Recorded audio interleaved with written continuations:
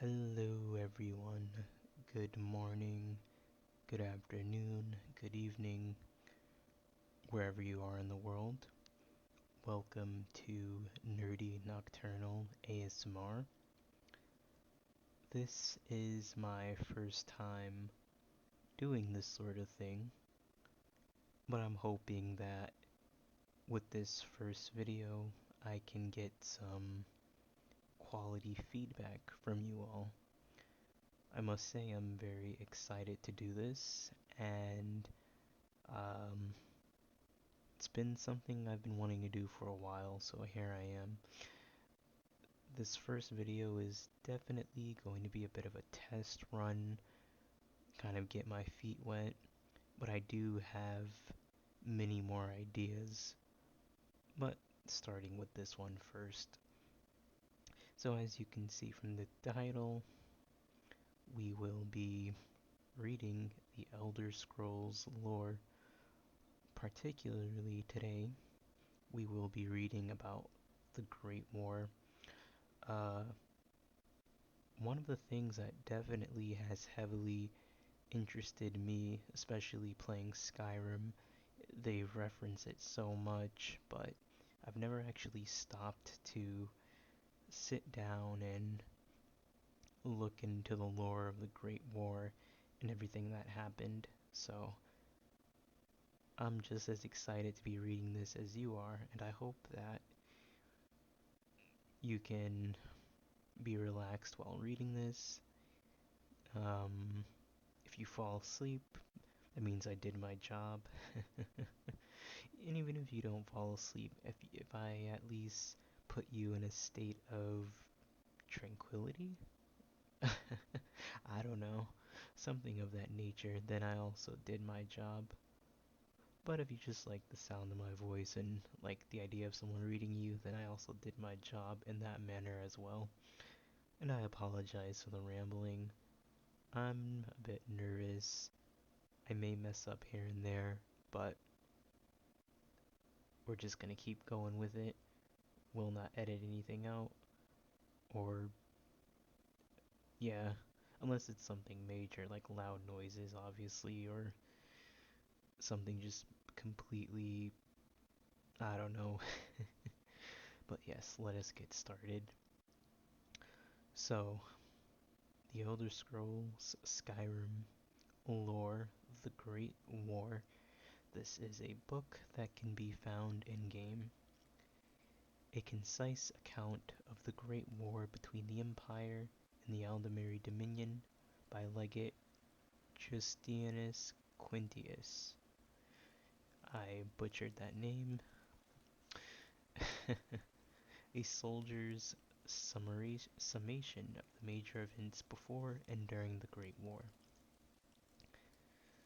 Author's note: much of what is written in this book is pieced together from documents captured from the enemy during the war, interrogation of prisoners, and eyewitness accounts from surviving soldiers and imperial officers. I myself commanded the 10th Legion in Hammerfell and Cyrodiil until I was wounded in 175 during the assault on the imperial city. That said, the full truth of some events may never be known. I have done my best to fill in the gaps with educated conjectures based on my experience as well as my hard-earned knowledge of the enemy. Chapter 1: The Rise of the Thalmor. Although it is not well known, Somerset Isle suffered from the Oblivion Crisis as much as Cyrodiil did.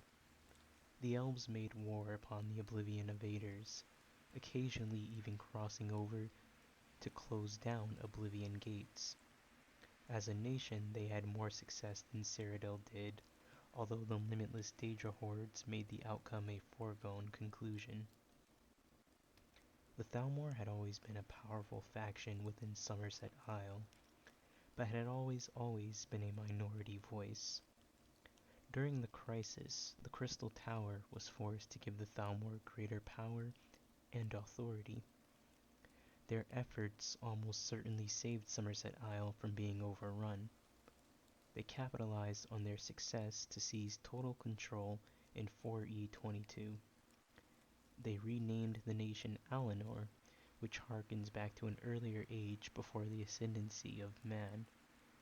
Most people outside the Aldemiri Dominion still call it Somerset Isle, either out of peevishness or ignorance.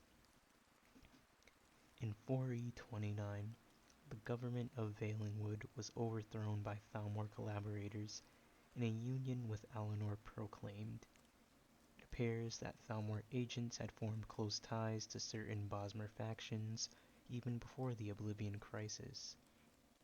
The Empire and its Bosmer allies, caught completely off guard, were quickly defeated by the much better prepared Altmer forces that invaded Valenwood on the hills of the Ku. Thus was the Aldemiri Dominion reborn. Shortly after the Aldemiri Dominion severed all contact with the Empire, for 70 years they were silent. Most scholars believe there was some sort of internal strife in Alinor, but very little is known of the factional struggles that went on inside the Dominion while the Thalmor consolidated its power in Somerset and Valenwood. In 4E98, the two moons Macer and Secunda vanished. Within most of the Empire this was viewed with trepidation and fear. And elsewhere it was far worse. Culturally, the moons are much more influential to the Khajiit. After 2 years of the Void Nights, the moons returned, I should say.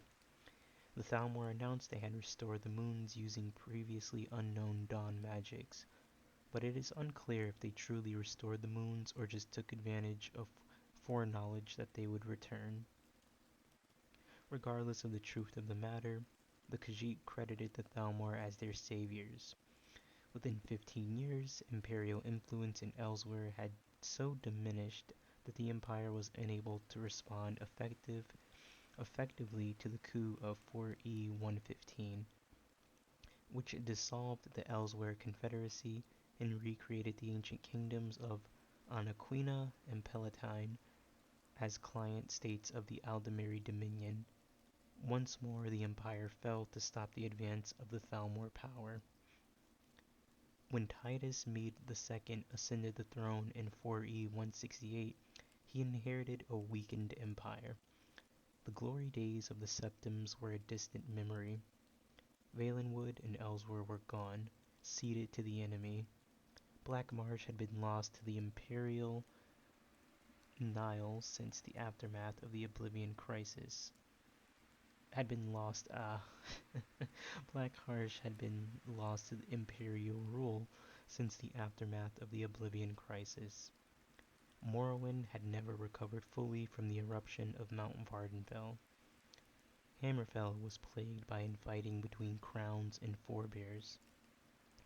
Only High Rock, Cyrodiil, and Skyrim remained prosperous and peaceful. Emperor Titus Mede had only a few short years to consolidate his rule before his leadership was put to the ultimate test. So we're only 8 minutes in, but I think I'm going to call it there and have this as part 1. We will continue this in part 2. Thank you for watching, and please let me know in the comments if there's anything you think I can do to improve or make it better. There probably will not be more than 2 parts to this, because I hate videos that are drawn out for longer than 2 parts, unless it's like a really long ongoing series. But I'll stop rambling. So once again, thank you for taking an interest in nerdy nocturnal ASMR, and I look forward to hopefully seeing some of you again in the second video that I make, which will be part 2. I don't have a set schedule right now, so I can't say when I'll upload, but it'll definitely be sometime within this week once I start getting more feedback. If I get feedback. So thank you again, and signing off so I don't keep rambling.